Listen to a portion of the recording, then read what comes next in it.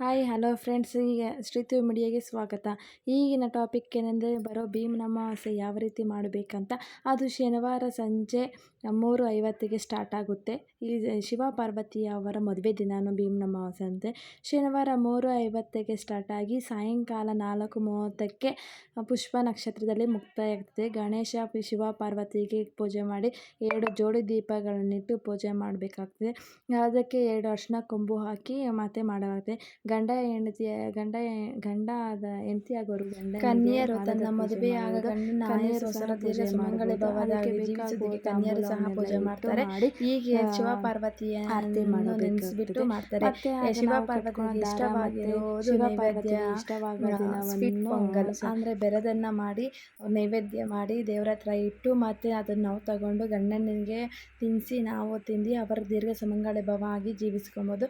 ಮತ್ತೆ ಕಾಯಿ ಕಡುಬು ಮಾಡಿ ಮನೆಯಲ್ಲಿ ದೇವರಿಗೆ ನೈವೇದ್ಯ ಇಡಬೇಕು. ನಾವು ಯಾವುದೇ ಆಗಲಿ ದೇವರಿಗೆ ನೈವೇದ್ಯವನ್ನು ಎಲೆ, ಅಡಿಕೆ, ಹಣ್ಣು, ಹಂಪಲು ಎಲ್ಲ ಇಟ್ಟು ಪೂಜೆ ಮಾಡ್ಬೋದು.